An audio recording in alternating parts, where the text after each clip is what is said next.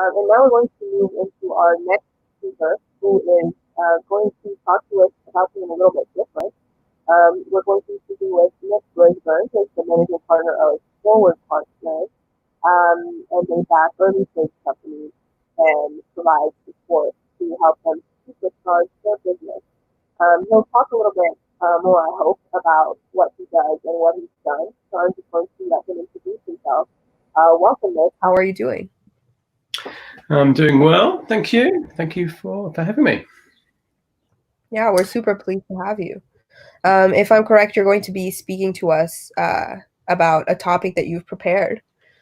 Yeah, exactly. Got a few thoughts here. Something a little bit different too. I just caught the last 5 minutes of the previous speaker, so this is more a little bit more aspirational, a little bit more future looking, and thinking about how we can all use our careers to help make the world a slightly better place, and looking at the intersection between company culture and psychology, really.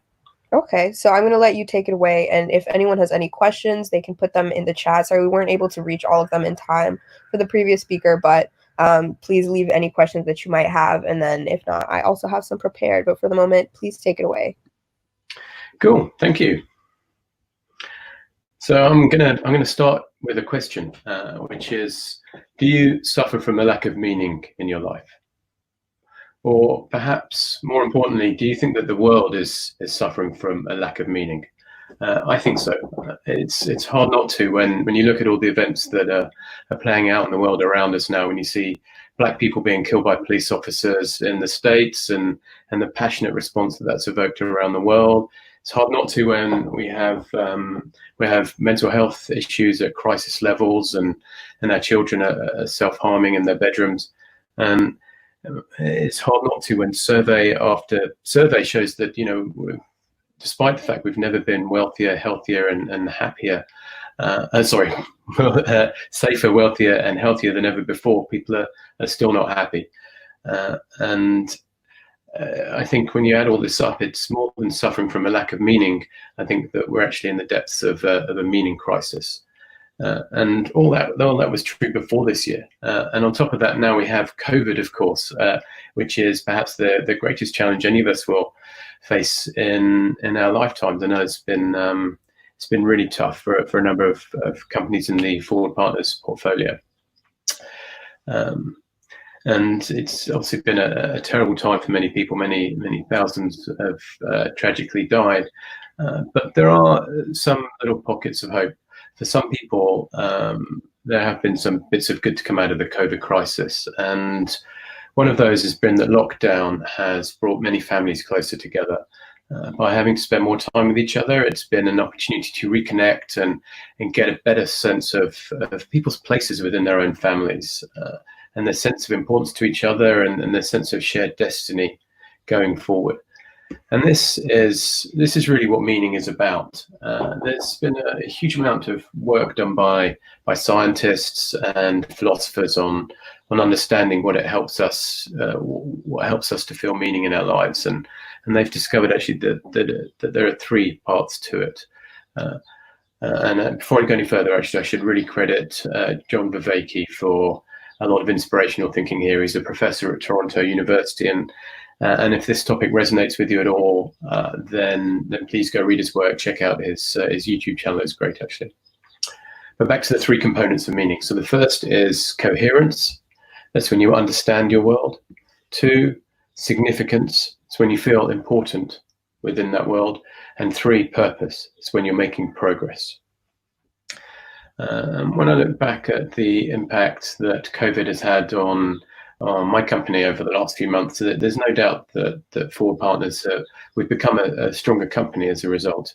When lockdown started, like so many, we made the shift to working at home, and we were really worried about whether that was going to work. And so we asked everyone a question. We said, look, please tell us anything and everything that's going to get in the way of you doing your job effectively now you're at home.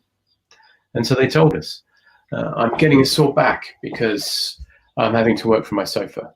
And we heard this one a lot. Both my partner and I are trying to juggle our working day and looking after our kids and homeschooling. And so what do? We drove desks round to people's houses. We rescheduled the working day so that they could look after their kids whilst still getting their work done. Simple little things. But it was an amazing time to be part of Full Partners because we all became much closer. Taking the time to understand the problems that each of us was facing, that gave us coherence. And solving each other's problems, that gave us a sense of significance. We could see how important we were to each other. And that's given us a stronger sense of shared destiny, which has increased our sense of purpose and meaning. Now, what I've just described is one COVID-related pocket of meaning making amidst the wider meaning crisis. It turns out it's not the only one. In fact, although the absolute numbers I think are still small, meaning making is happening at an increasing number of companies, and that's given me hope that we have a path out of this meaning crisis. But before we get to that solution, I want to take you back. I want to explain why we have a meaning crisis in the first place.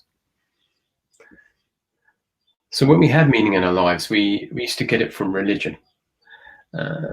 Or if you think about it, all religions, they explain how the world works, why you're important, and they give you a gauge for progress. And that's all three components of meaning right there. Creation stories and moral codes, they give you coherence. Your status as one of God's chosen people, that gives you significance, and your path to the afterlife, that's what gives you purpose. In fact, I think one of the reasons why why religions have been so successful is precisely because they were so good at giving us meaning. In fact, the power of religion, turning it around the other way, the power of religion shows precisely just how much we crave meaning, how much we will do in order to have that meaning in our lives. So what went wrong? Why did religion stop working, and why do we now have a meaning crisis? Well, it turns out that it was science that undermined that sense of meaning.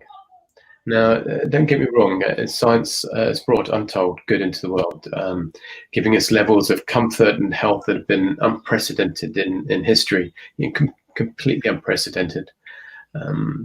Since 1900, average global life expectancy has doubled. It is now over 70 years.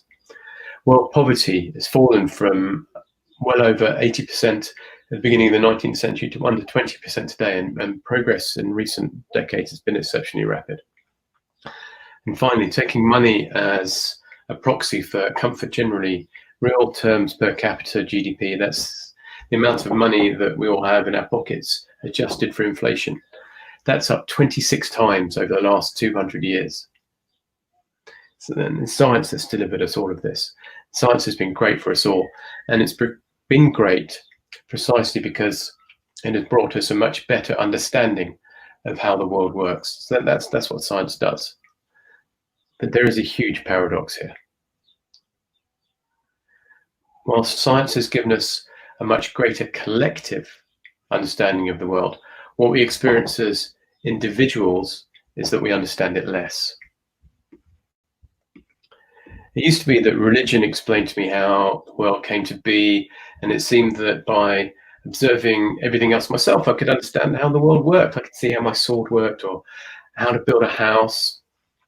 True, there were kind of occasional floods and natural events, and if you look at things that have been written through history, it's clearly that they troubled people a lot, those natural events, but people got by explaining those events as the wrath or benevolence of their gods.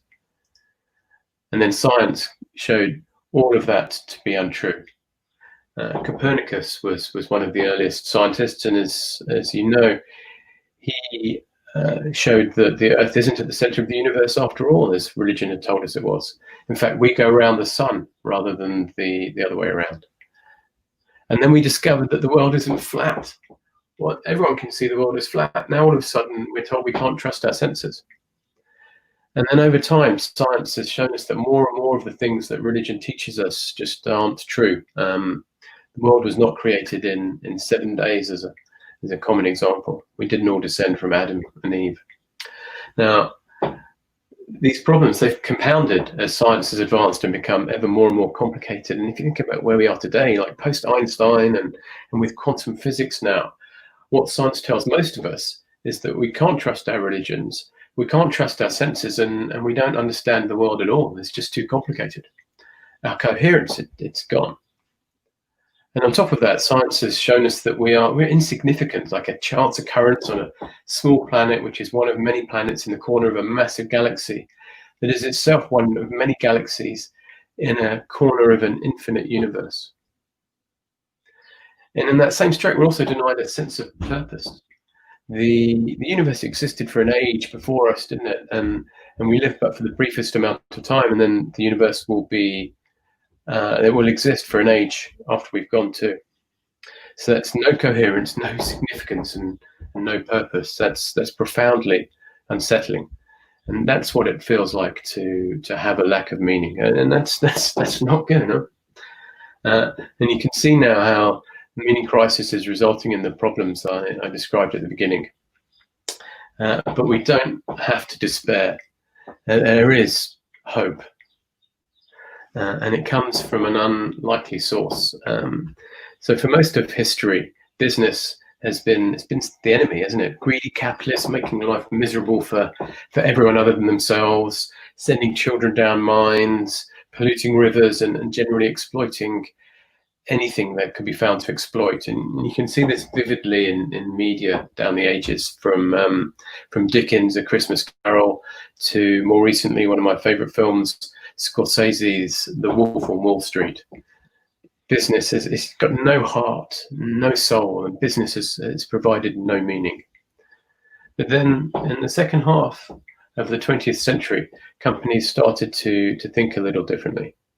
Slowly they began to understand more and more that creating meaning for their people is a powerful competitive weapon. And you may have heard the story of John F. Kennedy when he visited the NASA Space Center, and he saw a janitor carrying a broom. He walked over and he asked what he was doing. "What are you doing?" he asked the janitor. And the janitor responded, "Mr. President, I'm helping put a man on the moon." Now that's coherence, isn't it? That's significance, and that is most definitely purpose. I don't know what you think, but it doesn't seem to me like that janitor is suffering from a lack of meaning. And now, here in 2020, an increasing number of companies are doing something similar to NASA. And Patagonia is one of the better known examples. In 1973, that's when they started out. They just made products for rock climbers, and their idea of high quality, simple products that cared for the environment, that appealed greatly to the climbing community, both as customers and employees. And as you know, they've built a highly authentic brand.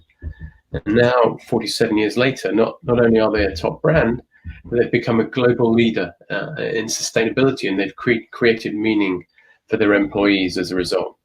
So their mission statement, and this is a good one, their mission statement reads, "Build the best product, cause no unnecessary harm, use business to inspire and implement solutions to the environmental crisis." So what they've done, they've created a worldview in which their business objectives align with environmental goals, and that's coherence.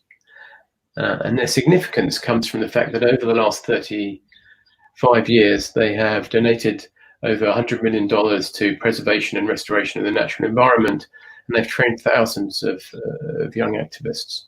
And as for their purpose, that comes with the company's commercial success. Unsurprisingly, with all that, staff turnover is just 4%. That's under a third of what's normal in their sector. If your work gives you meaning, why would you leave? Now, entrepreneurs and business people are following in Patagonia's footsteps, and a similar story is playing out at an increasing number of companies around the world now. And we try to do a bit at my company, Forward Partners. So we believe that entrepreneurs will solve the world's problems. That's coherence, and our job is to help them change the world, and that's what gives us our significance. Especially when we have entrepreneurs thanking us the whole time, telling us how much we've helped their companies to succeed. And our purpose, that comes from seeing our portfolio companies grow. That is great, and it's all really important, those company missions, but creating meaning for employees like that within inspiring company mission, that only goes halfway.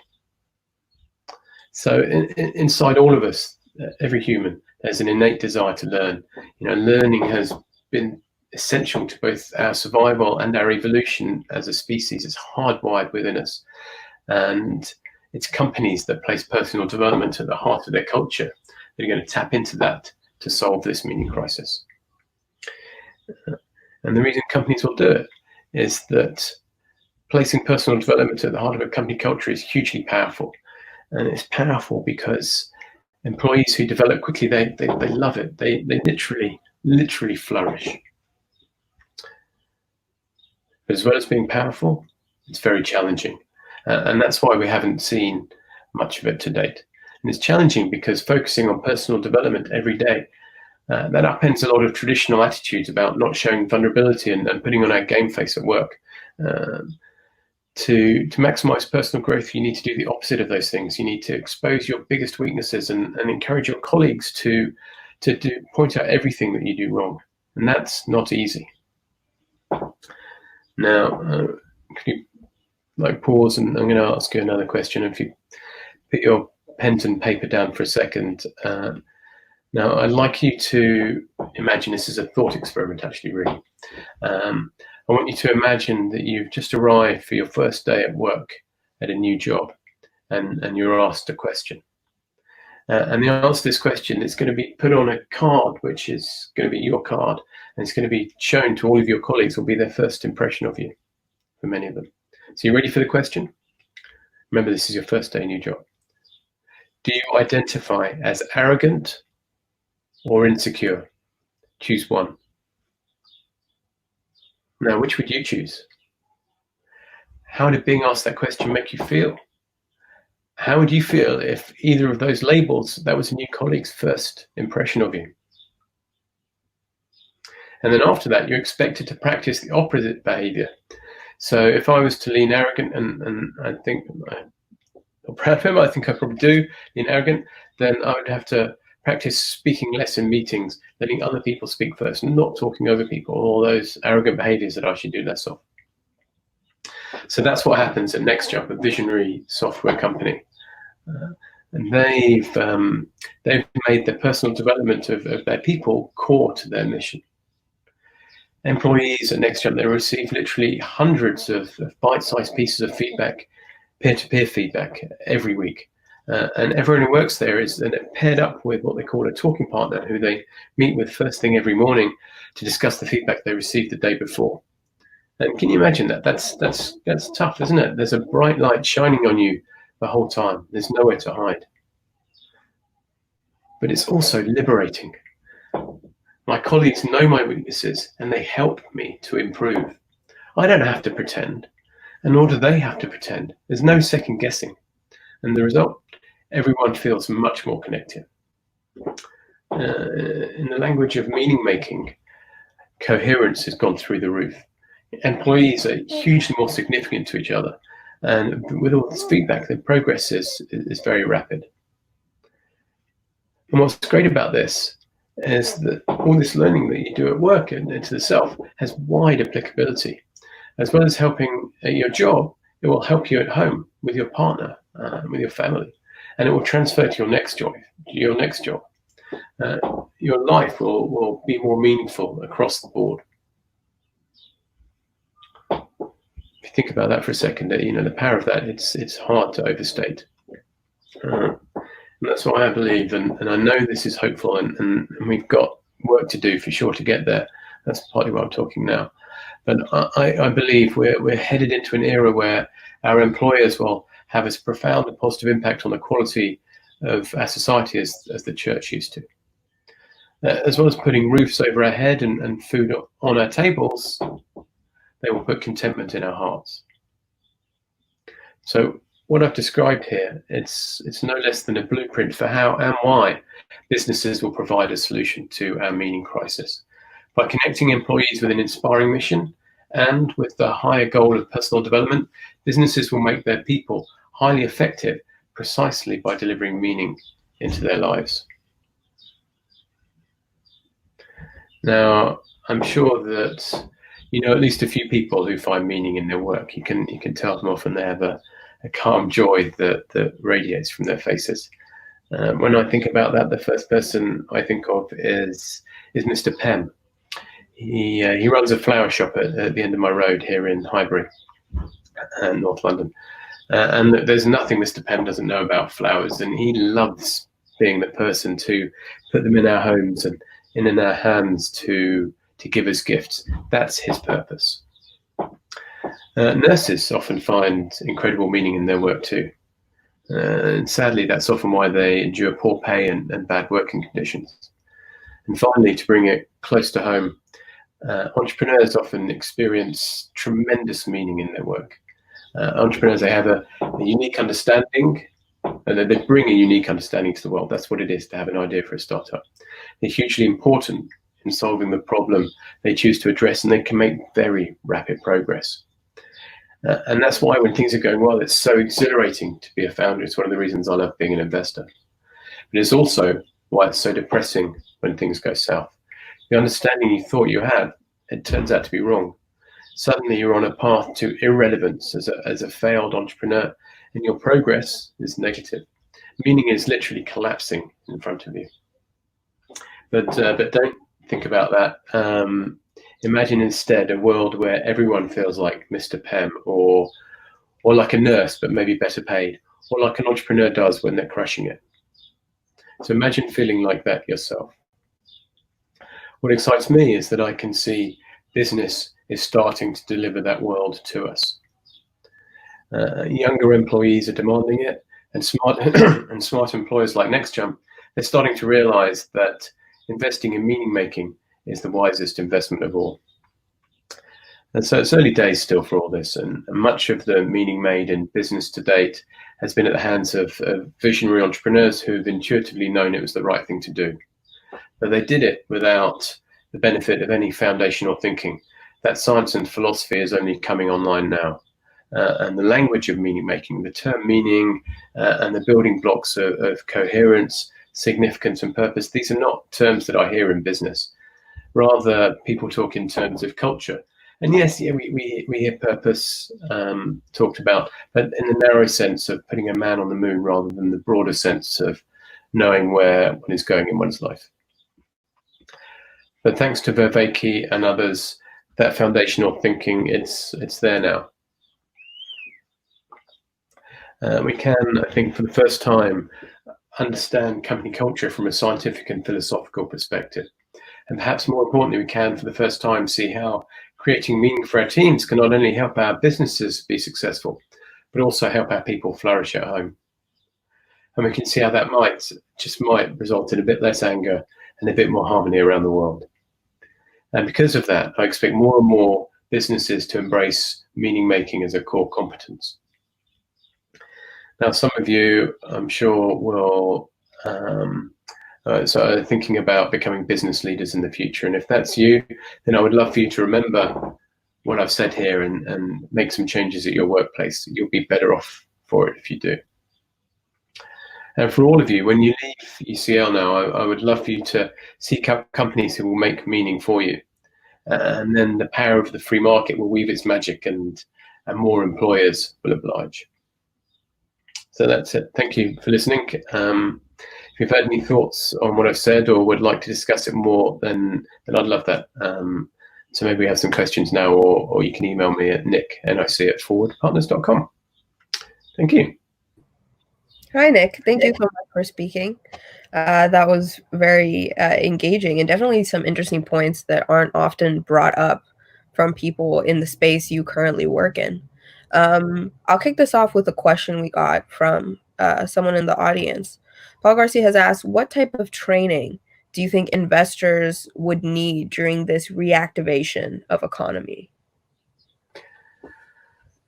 Well, that's a broad question. So when I think about the type of training that we all need in order to unlock personal growth in our lives, and this is a path that we're on at Forward Partners, so we operate with 4 core objectives, and the 4th one is to make Forward Partners a great place to work. And we do that by making it a place where personal growth is a priority. And so the training that we put on to help deliver that is very varied. Lots of tools to help people reflect, and in particular, becoming good at receiving feedback is a big current focus. And so the question was about investors. So I would extend that to investors. I think what we can do at Forward Partners is first get our own house in order. But what really excites me is the power of the power that we have as investors to introduce these concepts to our portfolio companies to help them succeed and to help them make lives better for their employees. And so it's those same sorts of training that we should then be encouraging our portfolio companies to put on for their people. And indeed, that's something that we support at Forward Partners. Mm-hmm. So for people who are considering, they're students, but they're considering entrepreneurship moving forwards, you brought them up before, the future business leaders, right? Is that what they should be looking for when they're trying to raise funding, not just support in terms of obviously business guidance, but support in terms of, you know, maintaining a good culture and maintaining a mission, I guess? Yeah, absolutely. That's what I believe. I think kind of 15, 20 years ago, entrepreneurs weren't thinking at all about culture when they started their businesses. Now, good entrepreneurs are thinking about it early, and there's a really good kind of vibrant debate about, well, when is the best time to start thinking about your culture? And, you know, there's definitely consensus once you get to kind of 40 or 50 people. If you haven't started thinking about it by then, you've left it too late. Most people, and this is what I think we would say, is once you get to kind of 10 or 20 people, then that's the time to start thinking about it. But some say, like, you should think about it from day one and just start baking your culture ideas in really very early. And then it's taking the brave step, and this is a brave step because it's a difficult one, of deciding to have a culture that puts personal development at its core, and you then need to invest a lot of time in that in order to make it happen, as next jump, as I was describing doing. And you know, there's a whole set of literature on how you can do that, but that can be challenging to find the time to do that when you're just a few people. Mm-hmm. And do you think that it's possible, or is it just a lot harder for, I guess, larger firms? Because a lot of students, you know, come into university not knowing that much, and all they know is that a big company provides safety, but then they might be concerned that, you know, the mission isn't there, the values aren't there. Do you think it's possible for corporates to engage with this kind of thought and with this kind of mission, or do you think they do? An increasing number do, but it's still a small number, and so that's what I was saying at the end, right? So if you seek out an employer that will make meaning for you, that has a mission statement that you identify with because it talks to something that's important to you, like the environment, if sustainability is a big issue for you, with Patagonia. But then also you look at the way they think about personal development and training, and, you know, are they encouraging people to be vulnerable, to expose their weaknesses and helping each other grow? Or is it the sort of place where if you do that, then you just get crucified by your colleagues? And if you choose the former, then you will grow faster and you'll be happier. Right? Mm-hmm. Okay, and so we're running out of time here. We've got just under a minute left. And I'm wondering, do you have any final advice for students, or any resources you think they should seek out aside from, you know, the literature you already mentioned before, or any habits you think they should pick up? So look, I would encourage you all to become entrepreneurs and to work in startups. I think the engine of growth and job creation for the UK economy, and there's a lot of good literature that you can read. So if you're thinking of founding a company, we publish a lot from Forward Partners about the kind of practicality, the real nuts and bolts stuff of getting started in a business at thepathforward.com. Y Combinator is an accelerated program in the States that's written some really good stuff on entrepreneurship and starting a company. I check out the work of Reid Hoffman, founder of LinkedIn. He's a really good and clear thinker on a lot of this stuff. And then finally, maybe on a more fun personal note, you really need to think about looking after yourself, how you can keep yourself productive, keep yourself sane as an entrepreneur. And so I would advise meditation as my final tonic. Okay, I think people are are going to take that advice and run with it, because I think staying sane and productive is a big theme right now. So thank you so much, Nic, for speaking with us today. Hopefully people watching it live or watching it later once it's gone up will all have learned something new, and we'll have some new thoughts. And maybe if we're fortunate, we'll be able to work with you again for the upcoming academic year or in the future. So just a huge thank you to you from our team for participating in our webinar. It would be cool to work together. Thank you.